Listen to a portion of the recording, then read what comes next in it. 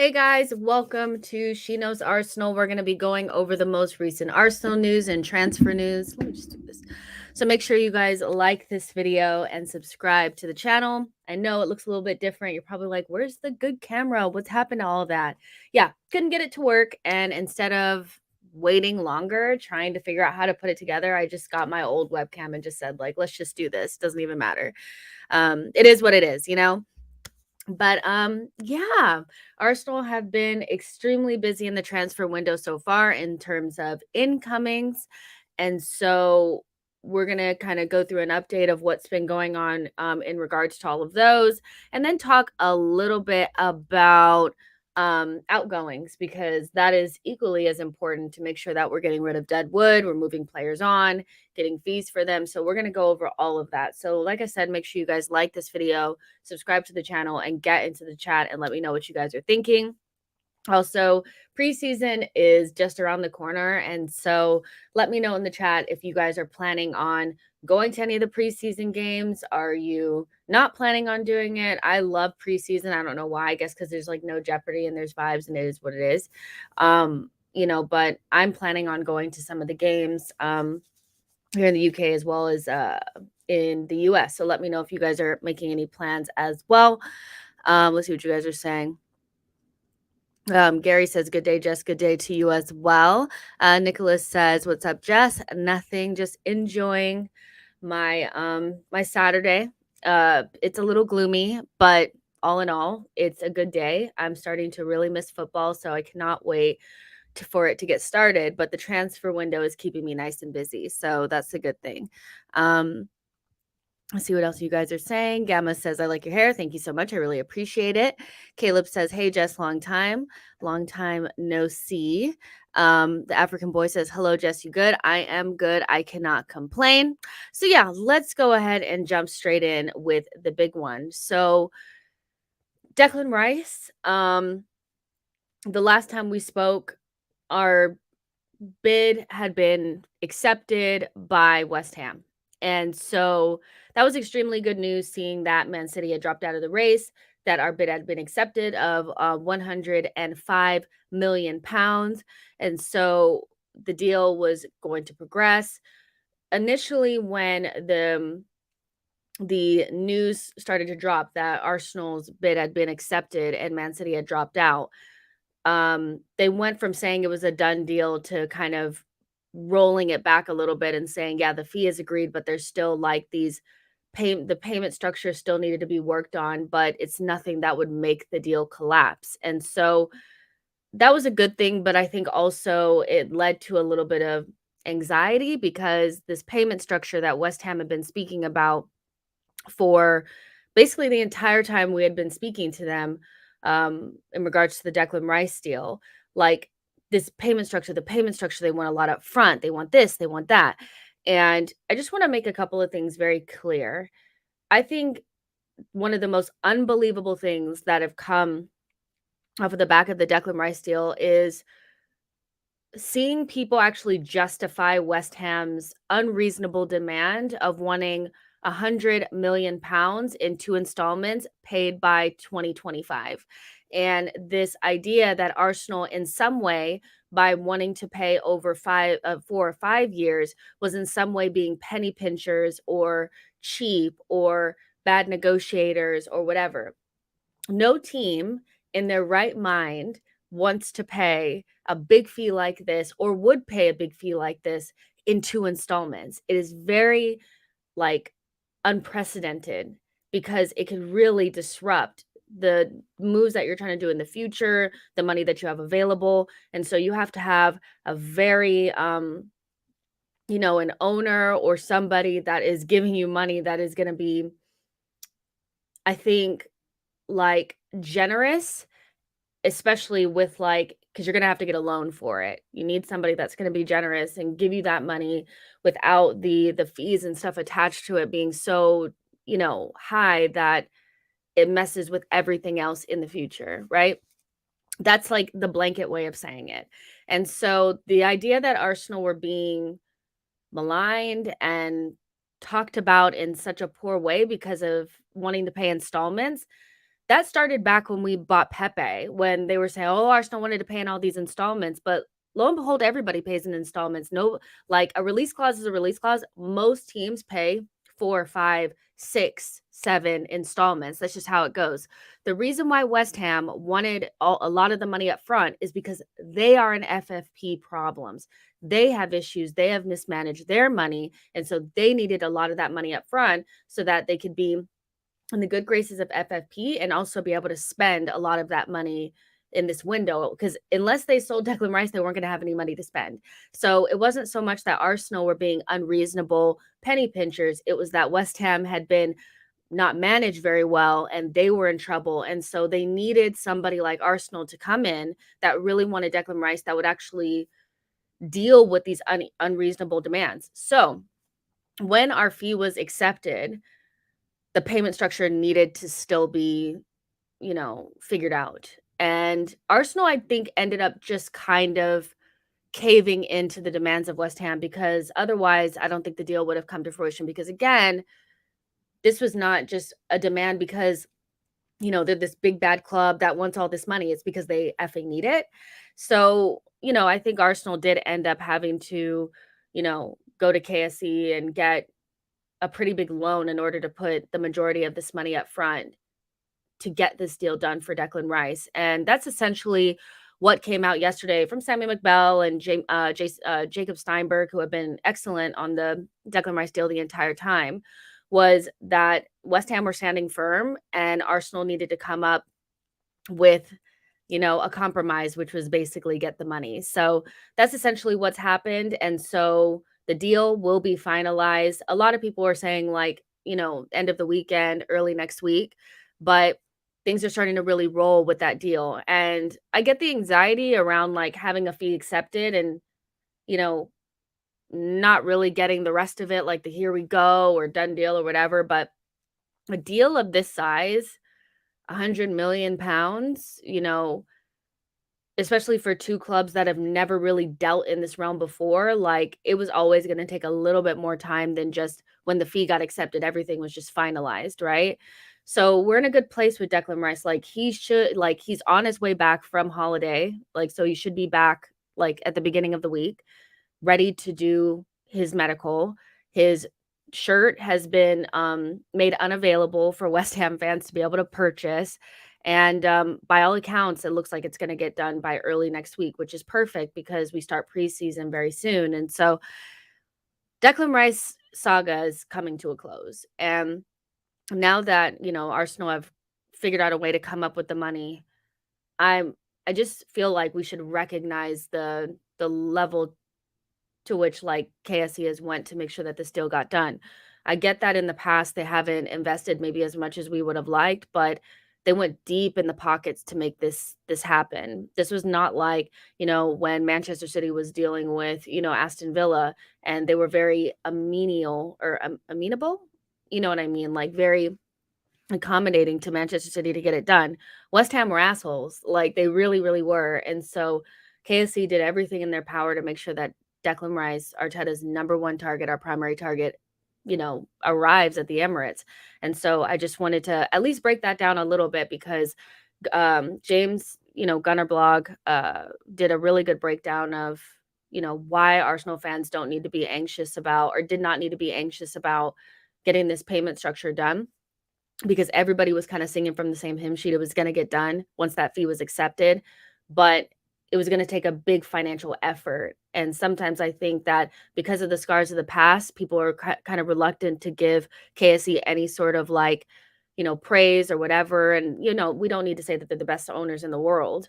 But what you could say is that they've made sure that they've done everything in their power to make sure a very big transfer gets done under very unprecedented circumstances that kind of don't have anything to do with us. So, yeah. Um, let's see what you guys are saying. Ash says Gunner Blog has been excellent this whole window about how deals actually happen. And I think, I agree with you. And I think understanding sometimes why deals take as long as they do and why we're seeing these little bits of delays and why these little bits of information are coming out or not coming out are so important, because it takes away the need for all the Edu and Arteta out every 5 seconds because things aren't happening that quickly. this is our record signing, their record sale, the English record, like, it's a lot of money, and so it was always gonna take a little bit of time and some maneuvering, but it's coming to a close now, and, like, the stress of it is, like, gone from my body. Like, I can't lie to you, like, once the fee was accepted, I felt very kind of like and Man City dropped out, I felt like they need to sell because they're in trouble. Their player doesn't wanna stay, there's nobody else in, and we really want him, it's getting done, it's just a matter of when. And so, yeah, we can feel really confident now. Um, Kagiso says, "FFP is only an accounting issue. FFP is all about spreading the profits of the transfer over time, like what Chelsea is doing in their transfers." Um, let's see. Um, Pierre's World says, "Money up front does affect FFP, money spent per year in wage structure versus sales." Boy says, "You man making it sound like players are worth the money they move for. We should be getting 70 million for moving Pepe on in that case." Not sure what you mean by that, but yeah, it's the main reason why the deal is being done the way that it is because West Ham needed money, a lot of it up front, in order to get what they needed to get done, and so Arsenal have made that happen. Um, and I'm not sure Man City would have made it happen because, judging by the way that they've reacted after, their part in this whole saga has ended, I don't think they, after buying Grealish for, the 100 million and having to spread those payments over 3 years, and then wanting to buy Gvardiol as well, they were gonna turn around and put that level of money up for Rice, a player that I'm not sure they 100% understood what they were gonna do with him anyway. So, yeah, this was, like, insane. The way that Arsenal were being spoken about as if we were penny pinchers was insanity to me, considering the fact that, like, nobody pays £100 million signings in, like, to go, like, in 2 years, like, that's insanity.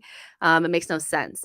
Um, let's see, Kagiso says, "Yes, West Ham have a cash flow problem, nothing to do with FFP, they have a cash flow issue." Fair enough.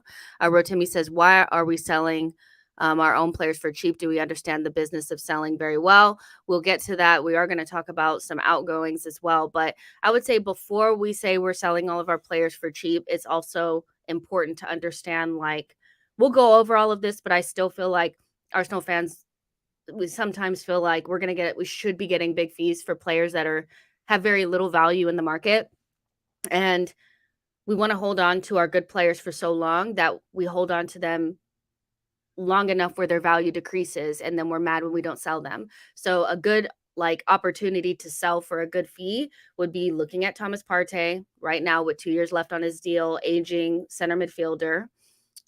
Kieran Tierney, in his prime, kind of injury prone, but probably has a couple of suitors out there. You could probably sell him for a good fee. So, um, you have to also remember that players that you sell sometimes are players that are not obviously an issue. So, yeah, we'll talk about all that as well. Let's see. Ash says they want to keep Partey, but then moan. Exactly, exactly. But when we sell him for free in 2 years, exactly. It's definitely one of those. But in terms of, like, the Rice situation, like, this is, like, a major, major signing for Arsenal. It has to work as well. Like, the pressure that kind of comes with it is, you know, this is a player that we don't know what he's gonna look like stepping up into a team that is fighting for titles, that's, a traditional top 6 team that has a lot of pressure. Arsenal are gonna have a lot of pressure on their shoulders next season because of the season prior, the failure to win the league, being in Champions League again. So those are all things to consider when, you think about somebody like Declan Rice, who up until this point has been very good, but hasn't really had to deal with that kind of stuff on club level. He's played in a World Cup, he's played in the Euros, and so it's not like he's never played in big games before. He also won a final not too long ago. But the pressure at Arsenal is nothing like the pressure at West Ham. And that's no shade to West Ham, but, like, people are going to expect this guy to, like, change the world for us. And so there's definitely going to be a lot of pressure on the signing. But I think, most signings that we've had in recent history under Mikel Arteta, the big ones have really worked out for us. And so I'm hoping for the same with Declan Rice. We'll get to understand a little bit more of where Arteta sees him in the team. I think there's still some debate whether or not he's going to be an 8 or a 6 or a combination of the two. But nevertheless, like, at some point next week, we'll be able to announce our record signing. And, Arsenal are not penny pinching. They're doing the business and they're doing it early. And I think from that perspective, you can be at least a little bit, excited about what the future will hold for Arsenal. Um, Ash says Rice is almost a guaranteed hit. There's zero bust potential. Yeah, I'm not really that worried about it. I know that like rivals are gonna like really be on top of it, but from an Arsenal perspective, like I think it's gonna be just fine. Like I actually think it's gonna go really well for us. Um, Rice is a very good player. Um, and I think he has his best years ahead of him. Mikel Arteta is a very good coach in terms of getting players to understand their roles, and being able to execute it on the pitch and all that kind of stuff. So I'm very excited. I can't lie to you guys. Boy says Rice as DM, Havertz as 8, Xavi Simmons as every man until he carves out the position for himself. Let's see. Gary says Rice is an upgrade. I think that's an interesting debate because, in different, on Twitter and in some group chats, I've spoken to several different people, or like at least saw some different conversations as well around whether or not, Declan Rice is an upgrade on Thomas Partey. If you're making the assumption, which I am making the assumption, that he's going to play as a number 6, I do think there's a debate to be had whether or not that's a 100% upgrade. It's hard to know what, like, 100% whether or not he's an upgrade because we haven't seen him play for us and we haven't seen him play in a progressive system. David Moyes and Gareth Southgate are quite pragmatic. And so Declan Rice's role in those teams are quite different than the role that Thomas Partey plays. Now, they both, are, they both kind of sweep up in front of the back four. They both like are responsible for that type of part of the game. They both do quite a bit of passing from deep. But ultimately, like when you look at the two systems and the fact that they have about 30% possession and we have way more than that, the way that we control games, it's hard to really gauge whether or not it's a like 100% upgrade. But I think just in general, like Thomas Partey being kind of like shoved to the side. We'll also talk about that when it comes to outgoings and us spending this amount of money on a player that's probably going to play in that same position. I think you can kind of discern from that Arteta sees him as an upgrade. So I think it's an interesting debate to have, and what then becomes of Thomas Partey's role in the team, because up until this point, he's been top 3 most important player in the team. Besides like Saka, and then it's like Thomas Partey. We learned that Saliba is also quite important. So what does that mean for Thomas Partey? Is it an upgrade? And do the attributes of both players, since they don't line up very naturally, like they don't, like their strong suits are not exactly the same. What does that mean for the dynamics of the team next season? Because Thomas Partey is excellent on the ball, but I would say that Declan Rice is a better defender. He's more agile and athletic and can cover more ground. But what Thomas Partey gives you in possession is something that we haven't necessarily seen from Declan Rice. So it'll be interesting for sure. John McDermott says, Partey to stay for me. John P says Rice is a fast duel winning machine. I think Declan Rice is definitely a player that's going to help us on transition.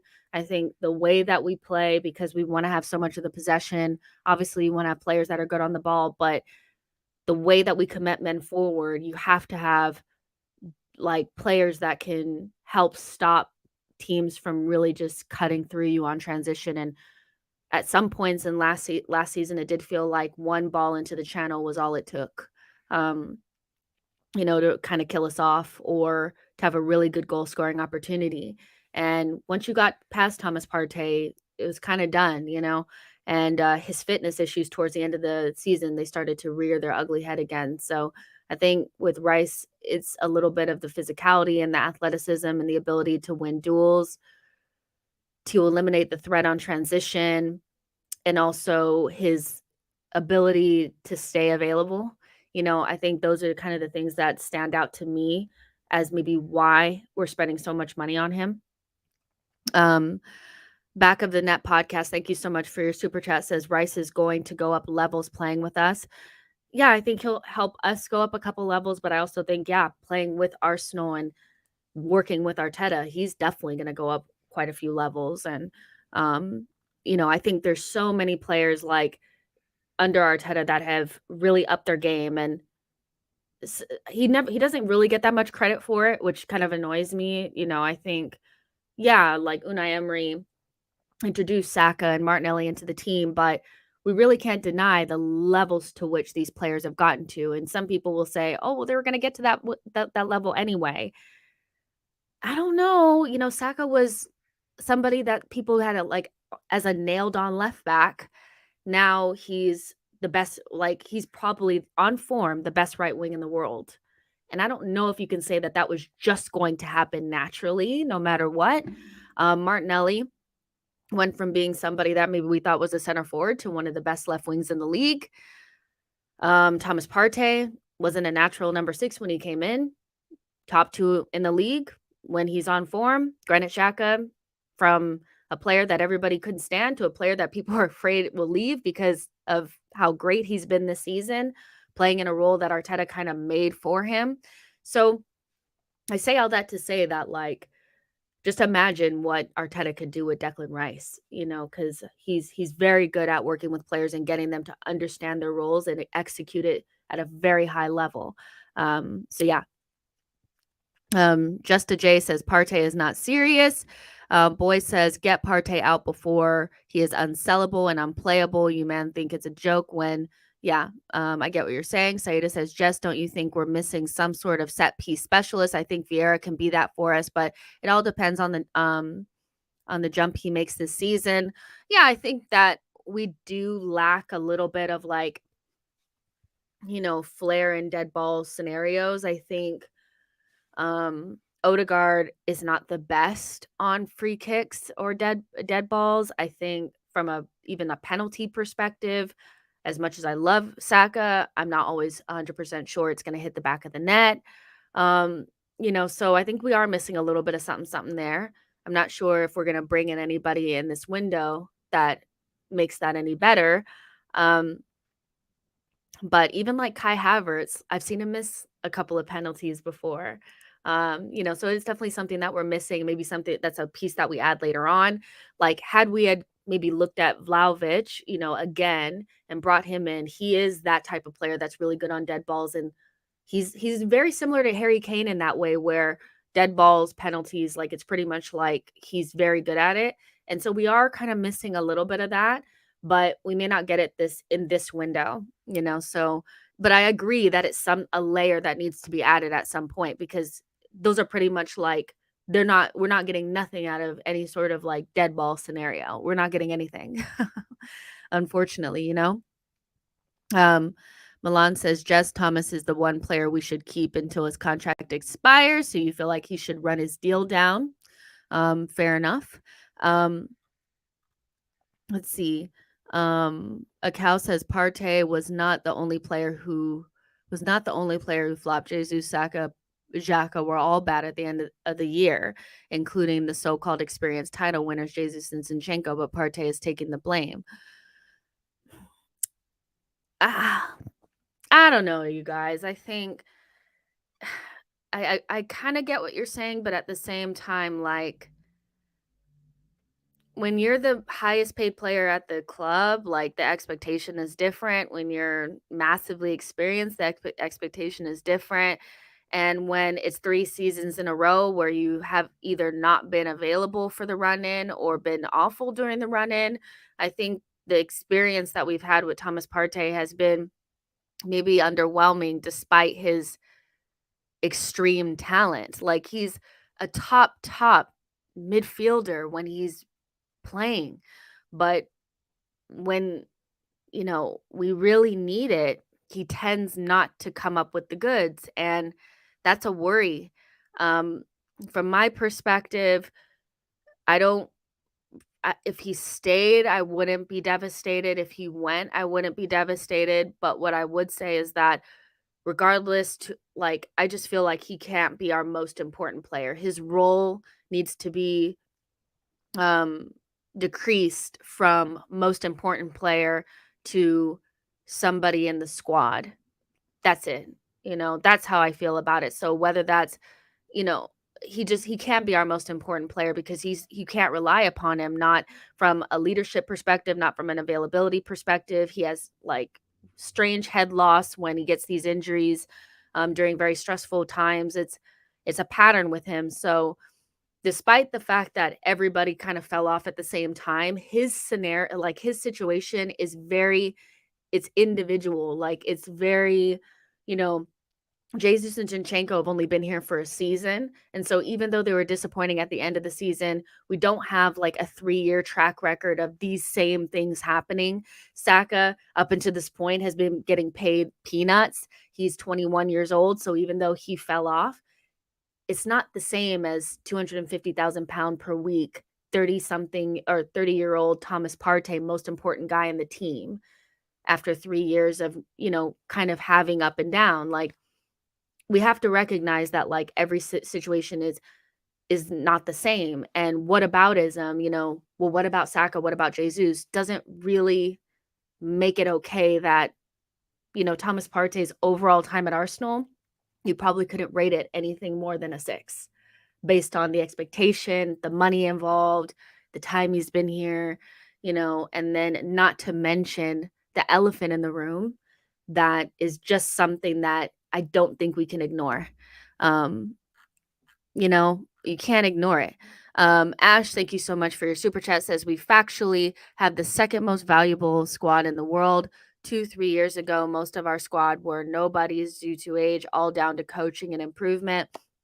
And also, the reason why Arsenal are able to spend big now is because they were really disciplined in the past. And so I know that there were times where, we wanted to do more in windows and, we wanted bigger name players. And it's like, why are we going after these guys? But Arsenal definitely had a plan. They were like, we're going to get a Ramsdale and Odegaard and, a Ben White, and we're going to spend quite a bit on those, but they're kind of sure things in important positions, not too big of money, but investments, and then a couple of punts. And if the punts didn't work, they didn't work. I think Lakanga and Nuno didn't work out. Tomiyasu was a little bit of but the major signings in that window definitely worked out for us. And they're players that are pre-prime that are going to come, like they're going to come into their prime at Arsenal, like after working with Arteta for 2 or 3 years.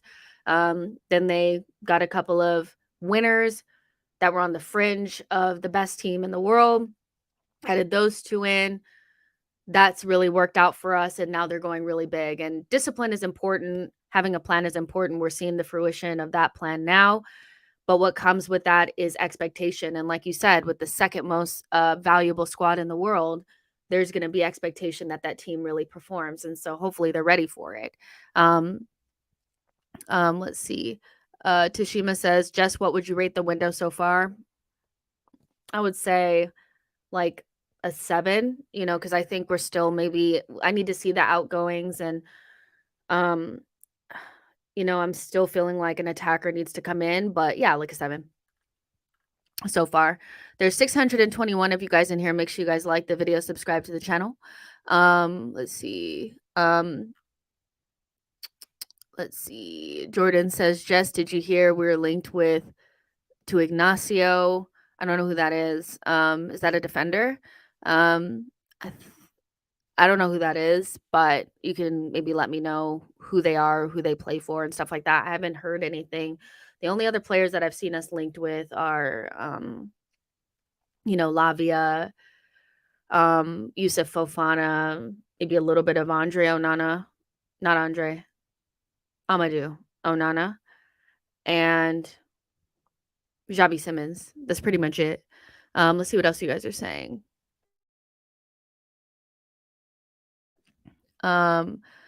Haswan says Partey went from top 3 DM in the league to a flop after Rice signing. Arsenal fans or something else.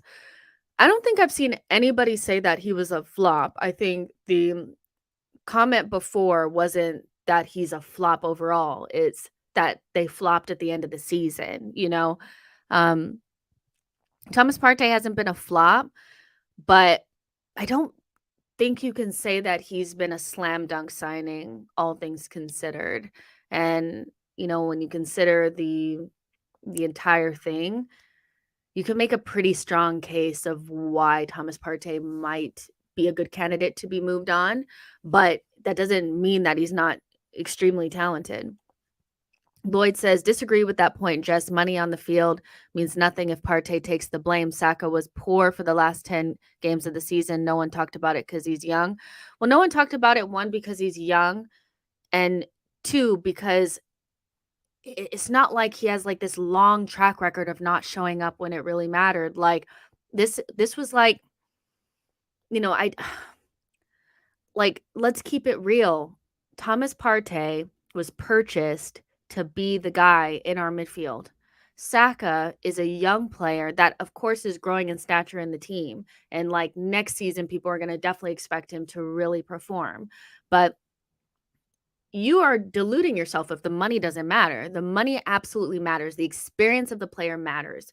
The importance to the team matters. Like all of that matters. And then what you did before that didn't give him enough credit in the bank.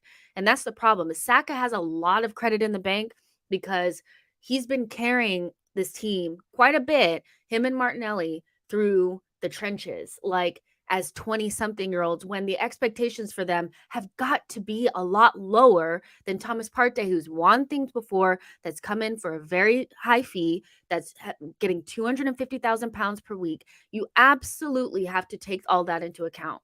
So I don't care about what Saka did. I'm sorry. Like, I look at Saka and I'm like, yeah, I'm disappointed about those last 10 games, but he's still growing, developing. He's still a young player and he has credit in the bank. Thomas Partey did not have much credit in the bank. Remember, last season, mid-season, he said that his time out of his own mouth last season was a 4 out of 10. So, from my perspective, like, it's not about getting rid of Thomas Partey because of what happened in the last couple of games of the season, this past season. It's about the totality of his time at Arsenal and the fact that he has 2 years left on his deal, and I don't think you should extend him. So if you're not going to extend Thomas Partey because he's done very little, I think, to deserve another contract based on the totality of his entire time here, then you have to make a decision on whether you want to stick or twist. And again, we've been having these conversations around why Arsenal don't sell don't sell for good fees is because we don't sell until it's obvious to sell. If Thomas Partey falls off of a physical cliff next season and looks like Fabinho of last season, you guys are going to be, why didn't we sell him? And if you try to sell him next season, you're not going to be able to. So I just feel like if you don't consider everything, if you just want to talk about those last 10 games, it's not just on Thomas Partey. But I don't think it's just those last 10 games that are what Arsenal are looking at when they're making the decision around whether or not Thomas Partey should stay at the club. And so, yeah, like he wasn't the only player, but he had very little credit in the bank. I think he has very little credit in the bank. I have to be honest. Diallo says, all I want is Romeo. Romeo is the kid is a gem and only 18. Lavia has a lot of eyes on him, so I'm not sure if Arsenal are going to get that one over the line unless they can move Thomas Partey on quickly. And this is something that I don't feel like is going to get resolved that quickly because I don't think Thomas Partey is an easy sell because of everything, all things considered. The fee that I feel like Arsenal would be looking for, which is probably 30 to 40 million. If the club that wants to buy him is Juventus, they don't have money. So he's going to be hard to move on. And the only reason why you bring in Lavia is because Thomas Partey goes. So yeah, as interesting as a sign of a signing Lavia would be, I'm not really holding my breath for that one because there's tons of teams that are looking at him. And we haven't moved Thomas Partey on just yet. Ash, thank you so much for your super chat. Says, think our next signing will be a huge surprise.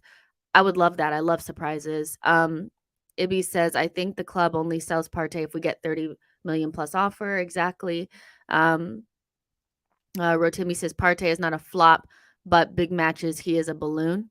Um, yeah, it's like I said, he doesn't have much credit in the bank. And I think that's just, the truth.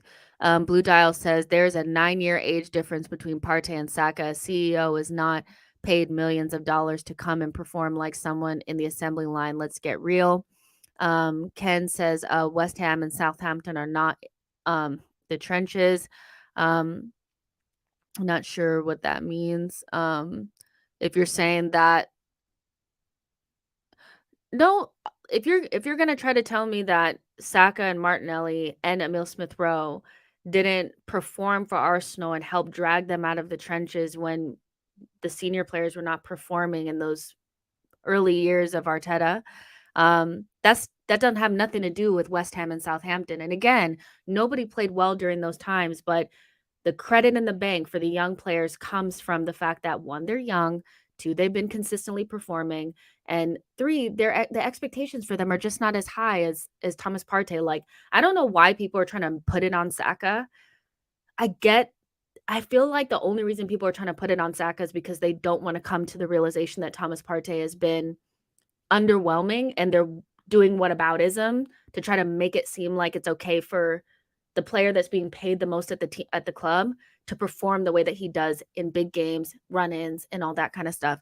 Like, I don't care what Saka did, it doesn't make what Thomas Partey did okay or reasonable or understandable. It doesn't. It just doesn't, and the conversation around Saka and try to like put him in the conversation with Thomas Partey is almost laughable to me because it's not the same. It just isn't. So yeah, like I said, like I don't for me, Thomas Partey, like if he stays, if he goes, kind of is what it is. But the only thing I ask is that he's just not our most important player next season. And I don't think he will be because we're buying Declan Rice. And I think he instantly becomes the number 6. He comes straight in, starts games, becomes a leader in the team.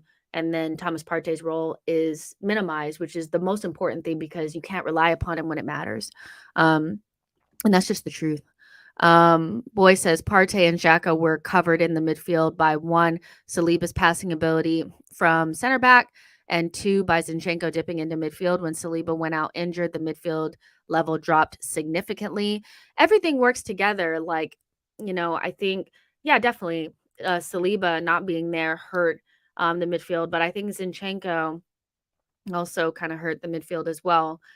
I don't think people realize the level of heavy lifting that Zinchenko was doing in that midfield in order to make it tick, and the midfield actually really was, for large periods of time, more Zinchenko, Partey were doing a lot of it. Xhaka was more of like he was on a different line, playing in the 5 lanes up top. Like, it's just different. The dynamic was different, and when you lost Saliba and then Zinchenko wasn't playing, there was just a little bit of like a difficulty there. But yeah, I mean, it's neither here nor there. The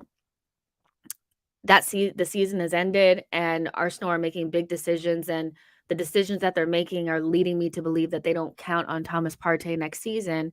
And I'm okay with that decision because I don't want him starting in big games next season. I don't want our season to live and die by his hamstrings. It just doesn't work.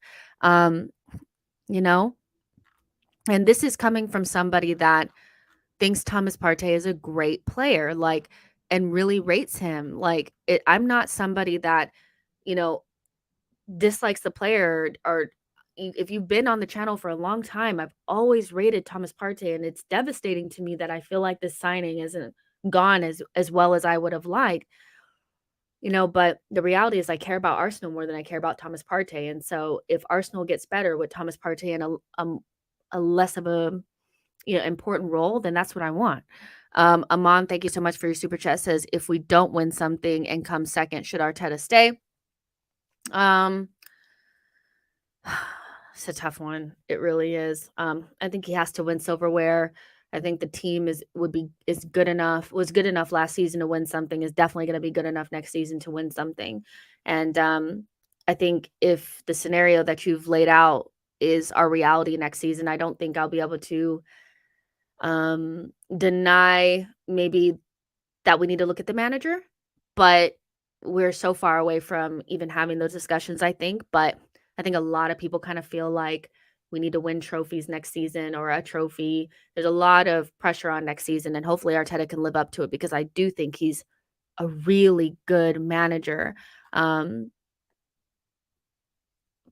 but it's all about results, isn't it? So we'll see. Um, but yeah, so let's also talk about um Timber. So the second bid for Timber went in a couple of days ago, and now it's looking like he is also on his way. We haven't got a done deal for him either, but you know, everybody's kind of singing from the same hymn sheet when it comes to Timber. He's also, looking to do his medical, should be completed next week, early next week. Um final details are being like tied up with that transfer, and that one has kind of gone over quite smooth, which I'm not really that surprised because their technical director is Sven Mislintat, and I know that it wasn't the best of endings with Sven Mislintat and Arsenal, but I still feel like sometimes the media makes things a lot more dramatic than they actually are, and I would love for us to foster a good relationship with Ajax. I think with Van der Sar gone, Arsenal can kind of use Ajax as a place to recruit from. I think Ajax's, academy and the players that they bring through would translate quite well to Arsenal. And so seeing us maybe create that relationship is really nice. But um the first kind of like report that had come out yesterday was around, Arsenal and Ajax want to complete the deal for Jurrien Timber today. So we probably won't hear anything today. It's the weekend, like, whatever. But they wanted to wait until after the 30th to complete the deal because Ajax wants to be able to use that money in the next FFP calendar. So the FFP calendar ended yesterday and started today. So the deal can get completed from now, and it should be completed by no later than the like earliest part of next week. He is going to go do his medical. Everything is fine with that. And so again, we haven't gotten like a here we go or whatever, like I don't think, but this deal is pretty much done. And the reason why I think this deal got done quite quickly is because of the player's desire to come to Arsenal. And so even though Bayern Munich were interested, he was like tunnel vision. And so Ajax just decided to deal with Arsenal. Jurrien Timber has reached a verbal agreement with Arsenal, or they're that's not the one that I wanted to read. Um, But yeah, there's a verbal agreement between Arsenal and Ajax for Jurrien Timber. After the agreement between Ajax and Arsenal, and despite his vacation, Timber reports to Ajax following the verbal agreement. And he so basically like he's been working out at Ajax, and you know despite being on like holiday, like he's been working out to try to be as fit as possible to come into preseason, which is great.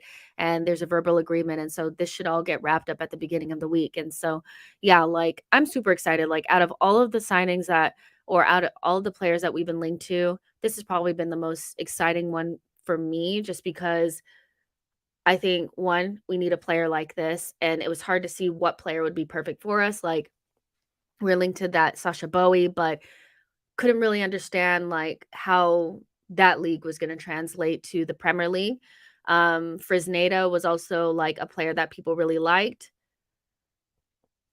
I didn't I got the hype, but I was just kind of like, "Okay, well, let's see what else." And then, Cancelo was also a choice, but then you had to think about the attitude and, like, all that. Timber is just, like, perfect. Center back, right back, but has different qualities than Ben White. Like, not that Ben White isn't a great player, like, Ben White is probably top 5 of my favorite Arsenal players right now.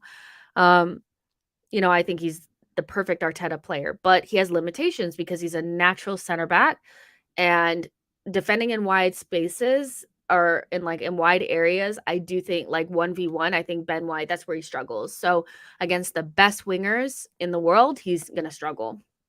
So you need to bring in somebody that's a little bit quicker, a little bit more agile, that's a better 1v1 defender in those open spaces.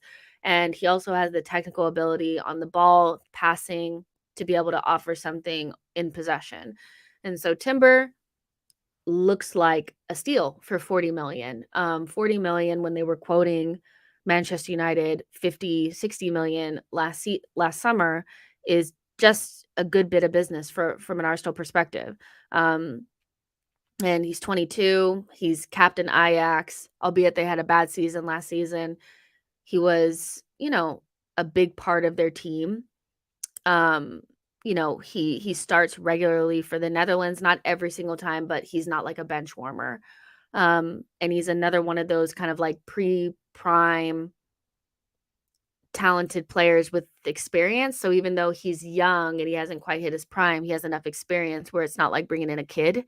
He has Champions League experience. Like I said, like has international experience. He's played on the biggest stages. So, I think the signing makes quite a bit of sense for Arsenal. And we could be in for 2 announcements next week.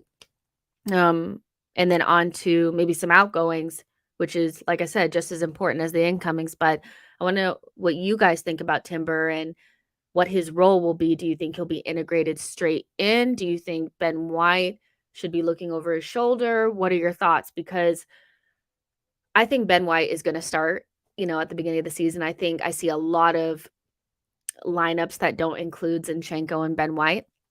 And I think some of that is obviously recency bias off of the back of, the window or off of the back of the last season and, shiny new toys and all this kind of stuff. But we're going to have a big shakeup in midfield. So I don't think you want to shake up everything. So I think the defense will pretty much stay the same. But we've spoken about squad rotation and integrating players in. And I do think there will be a period next season where Timber will play a pretty big role.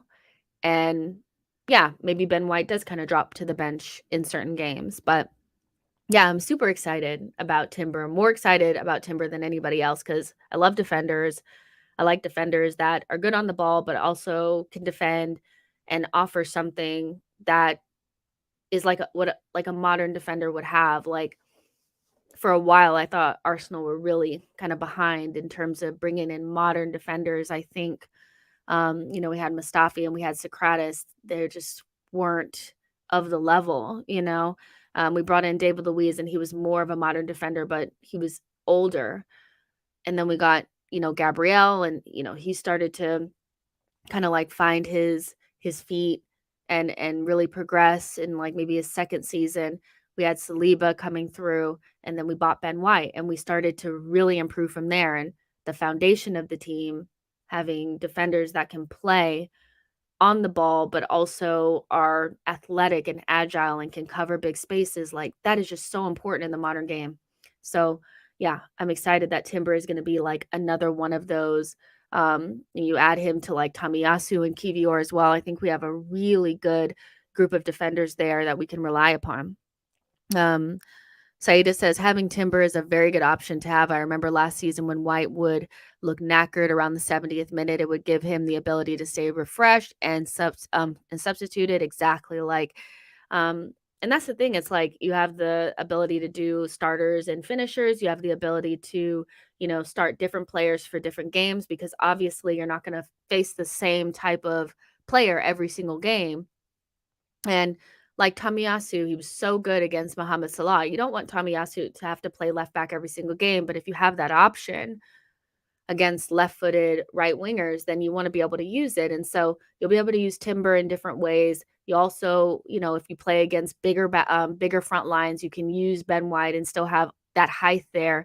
So you just have different options, but everybody is quality. And that's just something we haven't had. Like, it's been so long since we've actually taken care of the defense. Under Wenger, like everything like beyond 2005 was shit. People are like, "Oh, well, Mertesacker and Koscielny. Do you know how long it took us to get to Mertesacker and Koscielny? There were years of just bad defenses, and we had the odd good defender here and there, but to have this collection of midfield or of defenders is just something that we haven't had in so long, and I'm just like, "Thank you, Arteta," because without those defenders, you just don't have a foundation to play the way that we wanna play. You just don't. Um, Nocturnal Gunner says, "Don't remind me." Exactly. Nashville says, "Jess, was the Vinnie Jones of her team, broke ankles and, went Hollywood." You know me. O'Malley says, "So where does Tommy get the game time more? CB, because Timber's aerial weakness is concerning at CB position, and that's how 80-90% of the Prem will attack us." I don't even think Timber is actually going to play that much at center back. I think he is going to play mostly at right back. And then like a emergency center back if something catastrophic happens.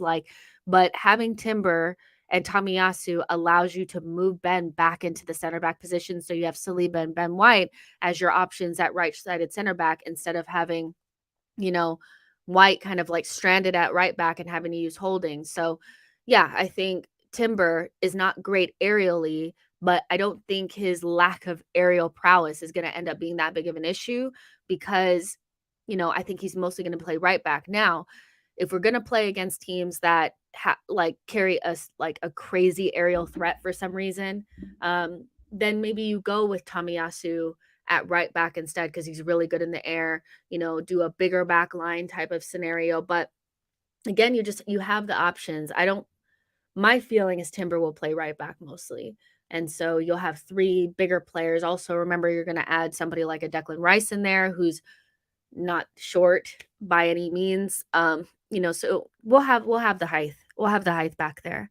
The key is to make sure that Timber's not marking the guy that's like their best aerial presence. Like the last season, towards the end, like we just got so stupid on corners, defensive corners. Like the amount of times that Odegaard was marking the guy that was like their biggest aerial threat was like, Nicholas Yover, I don't know what you're doing.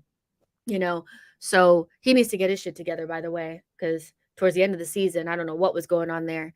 But yeah, I don't think he'll play that much of center back. I'd be surprised, but he's still an option there, just probably not your best aerial presence. Um, See, Wilder says if we had Timber when Saliba got injured, we are addressing problems within the squad that have derailed our season last two seasons. Um, which is if the initial center backs go down, then you have Holding there ready and waiting to be Holding. And so this is just it. Like Holding has got to be moved on. I don't care how you do it. I don't care where he goes. I think he's a nice guy, but he just can't be an option. We need to up the levels. And it's nice to have culture guys around sometimes, but I think Arsenal are kind of moving beyond that now. We have enough nice guys in the team that are also quality footballers, and that's it. So having Timber there to replace Holding is so important because that is a huge reason why we didn't win the league. Wesbird says Arteta has realized that potentially our depth in defense is crucial for us having the best chance of competing on all fronts, not having the same issues with injuries that cost us last season. Exactly. Rotimi says, please, next show, let's talk about each position for every player because we need to discuss it. Yeah, we can have more in-depth discussions for sure. Let's see. Ishan says every team is somewhat improving their squad. Do you think we will challenge Man City for the title next season, or top four should be our realistic target? Our realistic target has to be challenging for the league. There's no reason why Arsenal can't maintain the levels that they had last season and also win 2 to 3 more games and make sure that they maintain 90, point pace.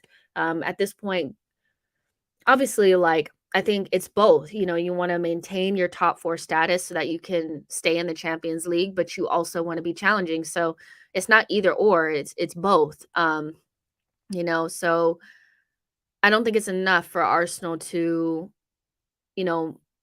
be in fourth, but be way off of the pace of the, the title race. So we'll talk more about expectations once, the transfer window kind of winds down and we kind of see what everybody else has done. But I think irrespective of what everybody else is doing, Arsenal need to be getting beyond the idea that we just need to be in the top four. Like we need to be challenging for the league and gaining that muscle memory of 90 points, 90 points. And it's going to be hard because we're going to have cup competitions that Arsenal are going to be expected to go much further in, but that's where depth comes in, that's where experience comes in, and that's where Arteta becoming a better manager of the squad really comes in. But challenging for the league and also maintaining your Champions League spot, challenging for the league makes like basically ensures that you maintain your Champions League spot. So yeah, hopefully that answers that question. We need both. Tawanda says, "Hey Jess, I am genuinely excited about the new signings. I personally rate the window 10 out of 10. FYI, Mertesacker and Koscielny were all right. Damn. No, they were good, but like I think they were really, really good or considered really good because of what we had in the past, and we hadn't had anything that good since like Colo and Sol, So now I'm not saying that they weren't good. I'm just saying that like what Arteta and Edu and like the whole like club is building now is much better than just getting Mertesacker and Koscielny together and just putting those two together and having nothing behind it. And you know, we're building a proper team, like which is nice. Let's see. Ash says our defensive unit is complete, all boxes covered. It's interesting because I know a lot of people are still holding on to hope of Tierney staying, and I love Tierney, but I actually don't think there's a world where he stays this summer. I think, you know, the left back options of Zinchenko, Tommy, and Kivior, I don't see where he truly fits in. Like there's, you could say that he could play, at three in the back, there's that. But again, when we start talking about outgoings and why Arsenal don't get big fees for their players is because we're in a situation where we could keep Tierney, knowing that he's not going to get a lot of playing time, or sell Tierney, get the money, and move on. So very interesting times to see what happened. The Tierney to Newcastle news has kind of quieted down, but I also feel like Newcastle want a lower fee, and I think Arsenal should maintain the fee that they have. We should not be giving Tierney to them. They have a lot of money and they're spending it on other players. So if they want Tierney, they need to come up with the goods. Like, let's be real. Vishal says Tierney 30 million. Prane says if Liverpool bid Tierney, would you sell? It depends on how much money they have. Like they need to pay for Tierney. Like they can't be asking for 20 million, 15 million, none of that nonsense. Diallo says Koscielny and BFG are in our top 5 defenders of the Emirates era. Respect those guys. They were solid for us for the most part. I mean, I respect them, but again, we could do a lot better, and we're starting to try to build that up, Alex says, I agree with you guys. We need to create space by moving Holding. I mean, keeping Holding is like keeping an extra of an extra. Please release him. And so we'll kind of talk about that a little bit as well. Is like you have Kieran Tierney that's been, talked about as a potential and very likely outgoing. Granit Xhaka that is basically just waiting for Declan Rice to be confirmed so he can go to Bayer Leverkusen. Thomas Partey, that's questionable, but could likely leave. And then you have like some more of like the fringy kind of guys like Nuno and Holding and these types of guys. With Xhaka, there was a report that had come out yesterday from I think John Cross saying that Arsenal are going to actually ask Bayer Leverkusen for more than the original like 13 to 15 million that they had originally kind of like maybe agreed on. And, yesterday's price is no longer today's price. They want 20 million for Granit Xhaka. And I think that's more than fair. I wonder if this has anything to do with Arsenal's interest in Moussa Diaby as well. I think there might be a little bit of game playing there as well. Like, well, we want a little bit of a discount on Musa Diaby, but if you won't give it to us, then the price of Xhaka is going to go up. Wonder if there's a little bit of that. But ultimately, Granit Xhaka, like if he goes for 20 million, I think that represents a pretty good price, for somebody that's a little bit older, experienced, has like another year left on his deal. So, I would love to see us maybe recoup that 20 million, but Granit Xhaka is going to go. Like, I think one of the most annoying things about the Rice saga is that people were saying, "Oh, we're keeping Granit Xhaka now because we can't get the Rice deal done." It was never that. It's just it's smart not to sell your players before you have the replacement kind of like lined up or pretty much already done. And Arsenal should not be just selling Granit Xhaka just right away. Like we have time. And so I think Granit Xhaka leaving is more than due, but obviously the 20 million would be great. In terms of, Kieran Tierney, like I kind of already said, we need to see if those links to Newcastle will pop back up later down in the window. Thomas Partey shouldn't be leaving for anything less than like 30 million. But I do think there's an opportunity for him to go. And then you kind of come to like the more fringe type players. Holding, I think you sell him for whatever you can get. Nuno has been linked to a move to West Ham, believe it or not, for 8 million. And so we'll see if that comes to fruition. That'll be very interesting to see how we deal with that. I think West Ham were so hard to deal with that I would like to see Arsenal be a little bit difficult, but either way, we need to move Nuno Tavares on. But Arsenal, I think, could recoup, more than 75 million in this window if they're decent what they're selling. But that requires to sell players when it's not obvious that we need to sell them. So players like Thomas Partey, players like Tierney can recoup decent fees, and Arsenal should consider it because we need to move players on. So yeah, it's interesting.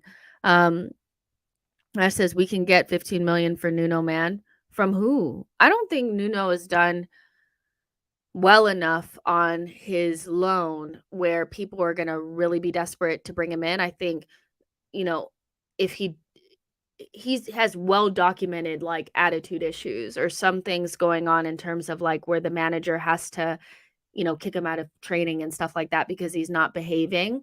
And I think those things are holding him back more than his talent, which his talent is still a little bit questionable as well, because where do you fit him in? I think you have to put him in a team where they're going to play 3 at the back, because he's not that great of a defender. He's kind of like a winger, but he's not good enough to be a winger, so he's a wing back. And so Nuno is I think a difficult sell. So if we could just get our money back, I'd be kind of happy about that.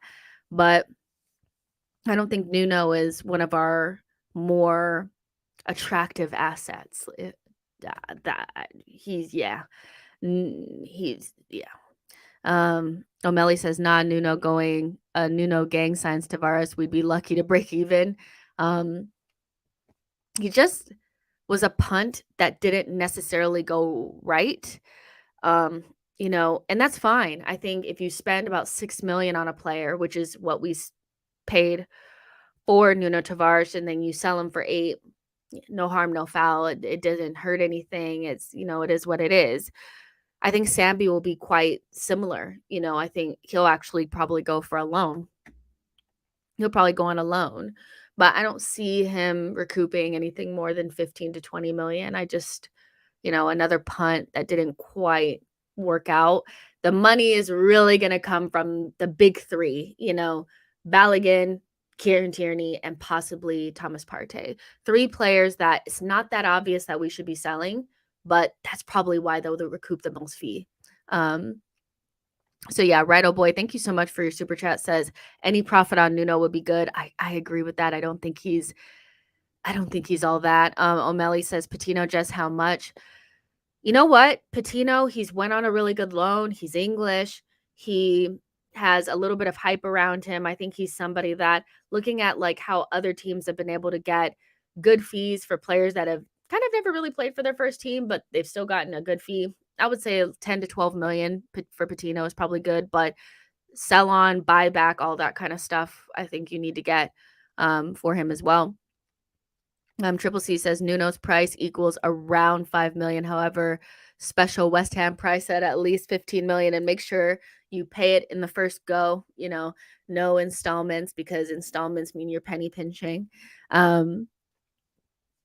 So yeah, Mikey says, hence the adjustment in price of Balogun and Xhaka. Yeah, I mean, wanting to sell Xhaka for a little bit more, and Arsenal have supposedly upped the fee for Balogun, and that might just be to make sure that they end up getting 30 to 35 million for Balogun. By saying that you want 50, you'll probably end up at 30 to 35 million. But if you start off at 30 to 35 million, you inevitably end up at like 20, 25. And so I think, yeah, Arsenal want to make sure they get as much as possible for these players. And I know a lot of people want Balogun to stay. I just think it's over. Like, I just don't feel like that's something that's going to turn around. I think the wheels are very much so in motion for him to move on permanently. But again, buy back, sell on, all that kind of stuff, and let it go. I love Balogun, but I just think he's ready to just be the man somewhere, and a lot of teams are going to be interested in him. I wonder if he'll end up at a team in the Premier League. I think that'd be really interesting. Santino Curse says, Jess, Nuno Tavares had one of the best loan seasons for an Arsenal player. He's worth 20 million. Then why don't Marseille want to buy him? That's my question. Again, I said it's mostly the off the field stuff, his attitude, that I think is holding him back, not so much his talent. But I still think his talent is questionable because, again, Marseille, even Marseille, they liked what he did going forward, but as a defender, he was atrocious. And so just because he scored goals doesn't mean that it was like the best loan season. He's still somebody that I think it's hard to figure out where he fits in your team, especially if you don't play 3 at the back. So we'd be lucky to get 20. Like, I would think we'd be lucky to get 15. Like, seriously. Hakoum says Nuno started well for Marseille, but then went back to his old antics later on. Actually watch his games. Fair enough. Tawanda says Nuno Tavares might used as a winger. The thing about players that end up playing in defensive roles that used to be wingers, the reason why they're moved back is because they're not good enough to play in those positions. So Nuno Tavares is probably somebody as a young kid that played as a winger, was a winger, played as a forward. And then because he wasn't good enough as he got older, they started to push him further and further back, and he ended up as a fullback / a wing back. So in his old age now, he's not old, but you know what I mean? He's not going to be able to be converted into a winger now. He was already a winger that wasn't good enough. Nuno Tavares is probably going to end up being a very niche player. If he's unwilling to learn how to defend, then he's going to be somebody that a team uses as like a wing back, an attacking wing back option. That's kind of like the only thing I can really see for Nuno right now. But if you started up as a winger, like as a child, and they moved you back, you're not going back up. Like, it's done. Righto, thank you so much for your super chat. Says we can't sell all those players. We need depth. Yeah, you can. You can sell Balogun, Tierney, Thomas Partey, and Granit Xhaka. I think as long as you replace Thomas Partey, you have more than enough depth. I think, yeah, I would say, because even if you replace Thomas Partey with, say, Lavia, you still have 3 DMs. That's more than enough. That's more than enough. If Kai Havertz ends up being Granit Xhaka's replacement, you have 4 players that can play in those 10-8 roles. You have Odegaard, Vieira, ESR, and Kai Havertz. And you also have Rice that can play in that position as well. So you have more than enough depth there. Defensively, you have Tomiyasu, White, and Timber that can all play right back. You have Timber, White, and Saliba that can all play right-sided center back. You have Kivior and Gabriel that can both play left-sided center back. And Kivior, Tomiyasu, and Zinchenko can all play left back. So defense is covered. And in attack, That's where I think you're one light. Even with Nelson, I think you're one light.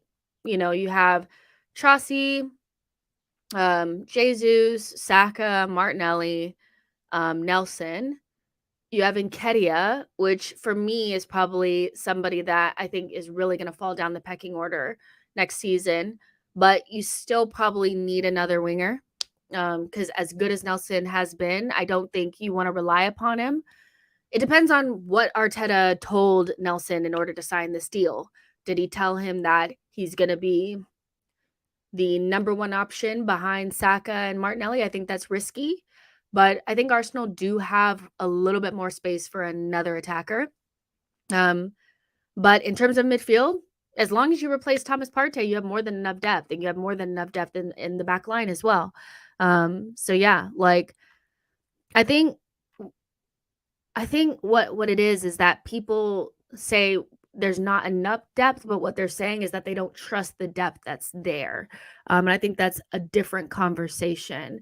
If you have Rice, who you've never seen play for Arsenal, but he's going to come in, and you have Jorginho and maybe Lavia, that doesn't feel as secure as if you just had Rice and Thomas Partey potentially. So I don't even think it's so much the number. I think it's that maybe we don't trust the players that would be there. But I think from my perspective, personally, I think if the three center DM options are Rice, Jorginho, and Lavia, I think that's enough. I think that's enough. It's Thomas Partey leaving would be difficult just because of how experienced he is, and he's a good player.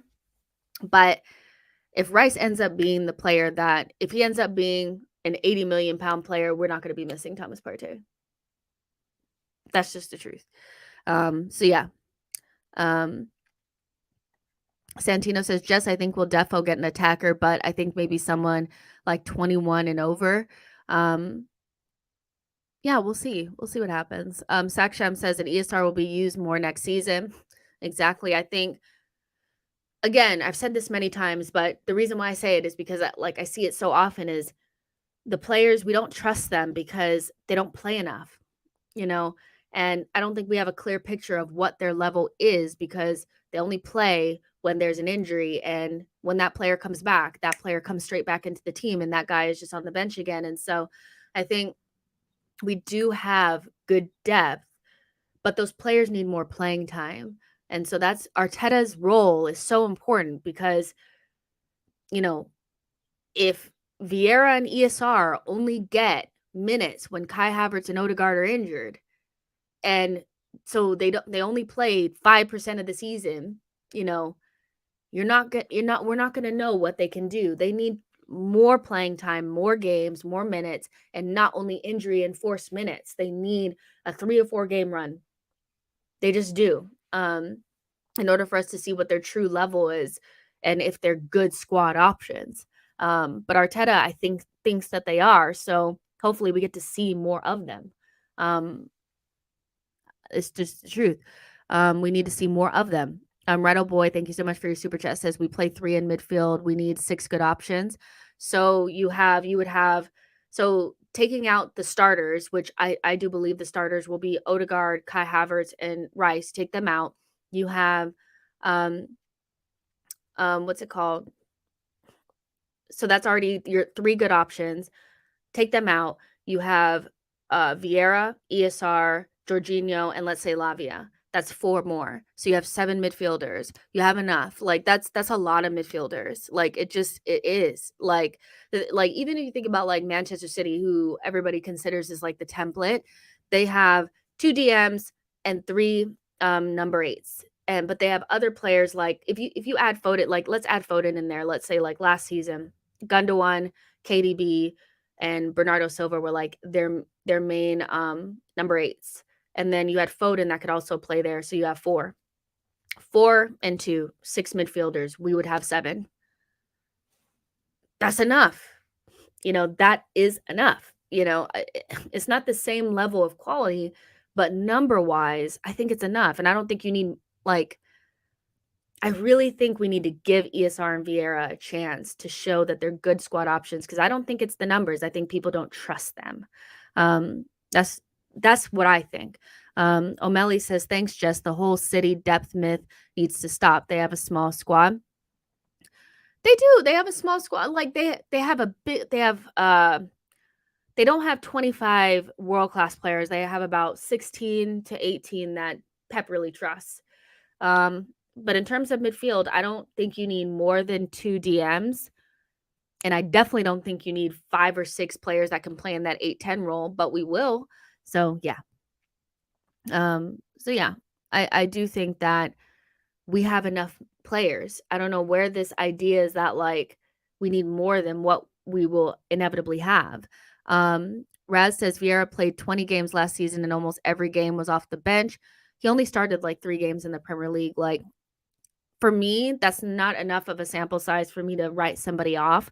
He needs to have a big season. Like, I'm not saying give Vieira and ESR chances, and if they don't take advantage of them, it's okay. Like, they need more minutes, but if they get it, they have to use it and have make a big impact. But the idea that you're going to give somebody, a start here in the Premier League, a start there, maybe, and then time in the Europa League where everybody struggled, I just don't think that's a big enough sample size to know whether or not a player is good enough to be in the team. So I think they get another season. I'm a little apprehensive to write them off, because I know they're going to be our depth in those positions. So I want to give them a fair shake, before I just completely write them off. The Dude Diary says Vieira should have at least made an impact in Europa League. Well, who did make an impact in Europa League? That's my question. Because once we got out of the group stages, everybody kind of really suffered. Even the good players like Tierney, he wasn't that good in the Europa League. Sambi struggled. Vieira struggled. Even the starters, like better players like Jorginho, he was not great against Sporting in either leg either. So I would say that in all, in the Europa League, I thought we were quite poor. Even in the group stages, like, I thought we were way under the level, and I thought a lot of players struggled, not just Vieira. I know that he had a lot of spotlight on him because of his price tag, but, like, let's be real. It wasn't like everybody was playing amazing and Vieira was awful. In the Europa League last season, in general, we just weren't very good. And so, yeah, I think I would like to see more of Vieira and ESR next season before I just write them off, because they weren't getting enough playing time. And Arteta even said it. He felt like he didn't get enough out of the players that he had, and he was probably reviewing it in his mind. You need to give players a run of games. Even we saw it with Nketiah. When he comes in and out, he's not very good. When he comes in and jumps in off the bench every once in a while, he's not very good. But when he gets a run of games, he's much more impactful. I think that's the truth for a lot of players. Kushal says Martinelli struggled in the Europa League. I think everybody was shit in the Europa League. I have to be honest. 11 says Arteta needs to get the balance right. I think it's the players need to come up to the occasion, and Arteta needs to learn how to get the most out of the players that don't always start. And last season, like the season prior, we had a very settled 11, which helps with continuity and getting results.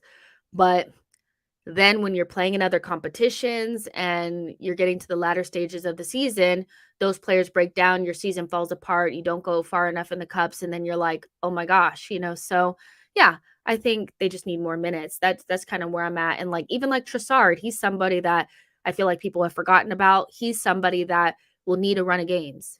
He can't just be on the bench until Martinelli gets a long-term injury or Jesus gets a long-term injury. Like, play Jesus for 4 games, take him off, then play Trossard for 3 or 4 games, give him a run, and see how it goes. It's not just ESR and Vieira, it's Trossard, it's everybody that's going to be, so important to the team. Even if you have like Jorginho, you want him to play a couple of games here and there as well. Like, don't just leave them to rot. And then when we're desperate for them, throw them in and say, yeah, do it.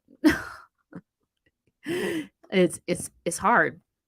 Andy said Odegaard went missing, but he does that most weeks. Useless CNT. Fair enough. That's your opinion. It's an awful one, but there you go. Tony says, the team played at 70% in the Europa League. We were not good in the Europa League. I thought we struggled more than we should have in the group stages, and then when we got into the knockouts, you could just tell that it just wasn't we weren't gonna yeah. I had a lot of concerns about the way that we were playing in the Europa League. Seawalk says they can't play one game a month and think the standards will be the same. Yeah, I mean, I think we ask a lot of players that are in the squad but don't get a lot of playing time. It's like, well, you're gonna get a game here or there because the starters are set in stone. And usually if you get a chance, it's because it's injury enforced. If you play in a cup and you play well, you're still not going to have a chance to play in the Premier League. So these are the only minutes that you're going to get. And I'm not sure that's the type of motivation that players need. I think, players need to feel like if they play well in the cup, that they have a chance to play in the Premier League as well. There needs to be a reward for actually playing well. And then, players need to have multiple games to be able to show what they can do, not just 90 minutes here or there, or 60 minutes here or there. But those are just my feelings. I think some players are going to need more minutes next season so that when we need them, they have something to fall back on. I think, yeah, if the only time you need them is when there's been a huge injury and we're in the run-in, I don't know. Yeah. Sacksham says, Arteta needs to fix the rotation issue, man. Doesn't trust anybody outside the first 11. That's his homework. To me, that's his homework. Like, I'm sure he'll look back at the season and say, I could have maybe used Tierney more. I could have used Vieira more when ESR came back. Maybe he could have used him a little bit more, albeit I do think he was like just kind of holding on to him. When Trossard was in form, probably shouldn't have taken him off. You probably should have left him on. So there are some things that he could have done, I think, differently. In order to keep Saka fresh for the run-in, maybe he should have given Nelson more minutes. No reason why Nelson couldn't have played against Crystal Palace or Leeds, before we got into like the serious run-in part to keep Saka fresh. Like, it's not just ESR or Vieira. It's like, guys need minutes. So yeah, it's one of those. But nevertheless, I'm excited to see what Arsenal do in terms of outgoings. I want to see some good sales. Arsenal not being afraid to sell players. That maybe it's not obvious, but we could get good fees for. I want to remind people that like it didn't really hurt to sell Iwobi, got a good fee. He moved on. We moved on. It's fine. Didn't really hurt to sell Willock. It's fine. We probably wish we would have sold Ainsley Maitland-Niles when Wolves were were willing to give us 15 to 20 million. So these are the times to move these guys on.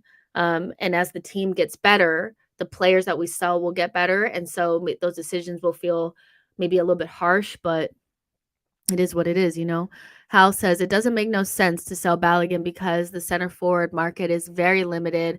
Plus, he just played for the U.S. men's national team. He would want to prove himself his merit for the next World Cup. Plus, I don't see the rest. Our owners would benefit from shirt sales in the U.S. because of Balogun. You might want to speak to Balogun because Balogun is the one that is saying that he wants to be a starter. He wants first team minutes. He wants to be the main striker. And so it's really not an Arsenal thing. It's a Balogun thing. And it's not to shade Balogun. Like, I think players that take control of their own career and do what they feel like is best for them, I think that that's a really, really good sign. Like, I think Balogun wanted to take control of his future. He's done it from, his national team side of things, and now he's doing it on the club side of things. And so he's making a decision that he wants to be a starter and he wants a permanent move away from Arsenal because he knows that he's not going to be a guaranteed starter at Arsenal. And Arsenal should not promise him those minutes because we can't. So I don't think it's a matter of like, Arsenal, they should be keeping him. They're forcing him out. They're selling him. I don't know why they're doing it. It's obvious why they're looking to sell him. Balogun wants to start.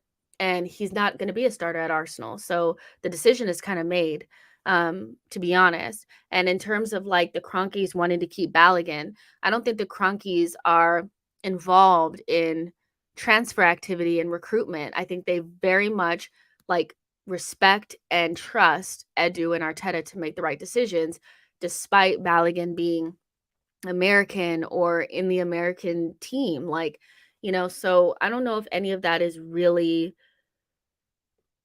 like it doesn't really make any difference. Do you know what I mean? I think it's more about the simple fact that Balogun wants to start and wants to be the main man. He would ideally like that at Arsenal, but because he knows that's very unlikely, he is willing to take control of his future and leave permanently. Um, and that's fine as long as we get a good fee, a buyback, sell on, all that kind of stuff. Um, I just don't see it any different, and even selling Nketiah doesn't make Balogun a starter, does it? So even the whole, "We'll sell Nketiah instead," like, it's not about selling Nketiah, he's the number 2 anyway. He's not going to start over Gabriel Jesus, and he shouldn't. I don't care how low we are on Gabriel Jesus, Balogun is not better than Gabriel Jesus. He's going to be starting next season, and the only reason why I see Jesus not starting is if we bought a world-class striker, and Balogun is not a world-class striker. So it's harsh, but it's just the truth. Like, some players just want to be starters and they want to move on, and that's what's happening with Patino and Balogun. It's not Arsenal not making room for them. There is room for them in the team. They just don't want to fight for their position at Arsenal, and it's not really that big of a deal. Um, let's see. NC says, who plays better will get the startup. If Balogun plays better, why not is he starting? Replace poor form Gabriel Jesus. I'm just going to say it plainly. I just think Balogun's had one good season in a league where Lacazette is one of the top strikers in it. So I don't think that means that we should be promising him starting minutes or anything. And yeah, you could bring him in and have this dynamic of like whoever's the best player wins or whatever. But I don't think Balogun wants that. I think he wants to be the number 1 wherever he goes. And in most teams, there is like goalkeeper and striker in most team tends to be the play, like the players don't change. It's whoever it is, like the striker is usually what it is. There's usually a starting striker and a backup. And so I don't think that dynamic's going to change at Arsenal just because of Balogun, and he knows that he can go somewhere and be the undisputed starting striker. Like, he can go do that. So yeah. Let's see. Marsh says Balogun looks better than Jesus. Let's be real. I'm really sorry, but like, then you're saying Lacazette is better than Gabriel Jesus, and why don't we just go back and get Lacazette? Like, Balogun looks good because he's the player that's not playing for Arsenal. I think Arsene Wenger said it best. The player that, if you're unhappy with the player that's playing for you right now, anybody else is going to look world class. And I think because of the end of the season, because people are disappointed in Gabriel Jesus, they're kind of overrating Balogun a little bit.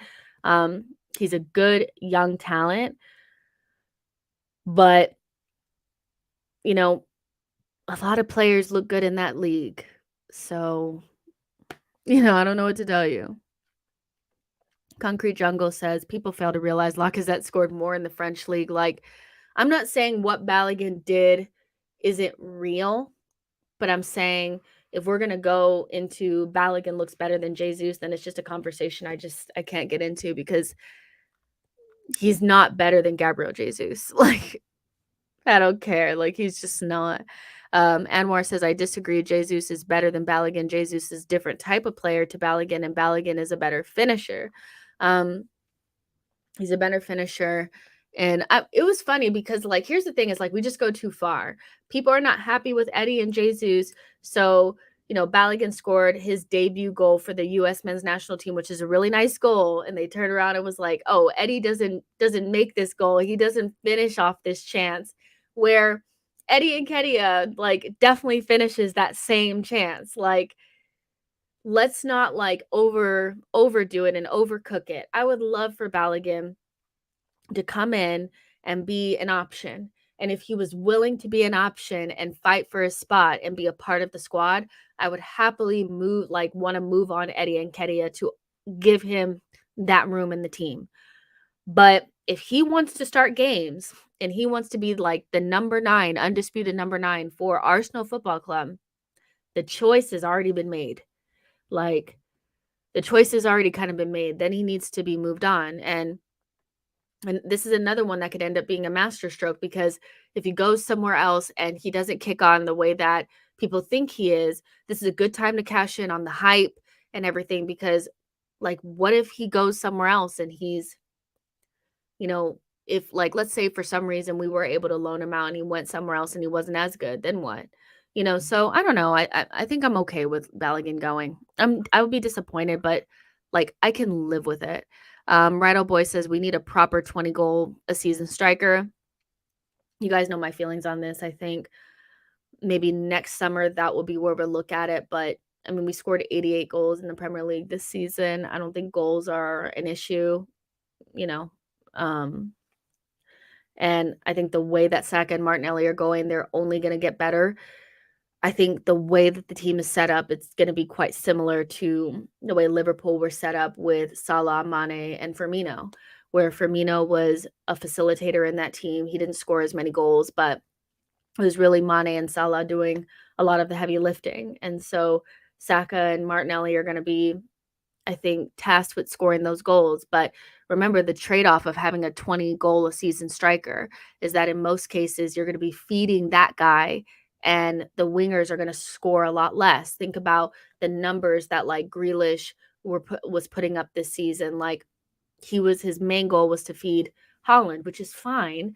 But like the idea that Saka and Martinelli are going to score the exact same amount of goals and we're going to have a 20, 25 goal season striker up top, it doesn't work like that. The dynamics at Arsenal are that we have 2 wingers that are going to score a shit ton of goals. We're going to have midfielders that score as well. Everybody pitches in, and that's how we get to 100 plus goals. Other teams, it's everybody facilitates one guy. So all of their natural numbers go down. If you'd rather rely on one guy, and if that guy gets injured or, goes out of form, our goals are gone. Fair enough. I kind of like sharing the goals. I think next season you go for maybe a natural striker next season, but this season, I think we're good on goals. I think Saka and Martinelli are going to go to another level, if I'm honest. Hold on real quick. Ooh.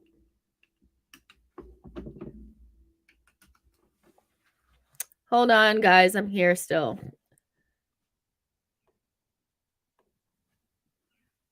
I don't know what happened. Sorry. I tried to put in my charger and something weird happened. So sorry about that, guys. I don't know why my thing isn't charging. Hold on.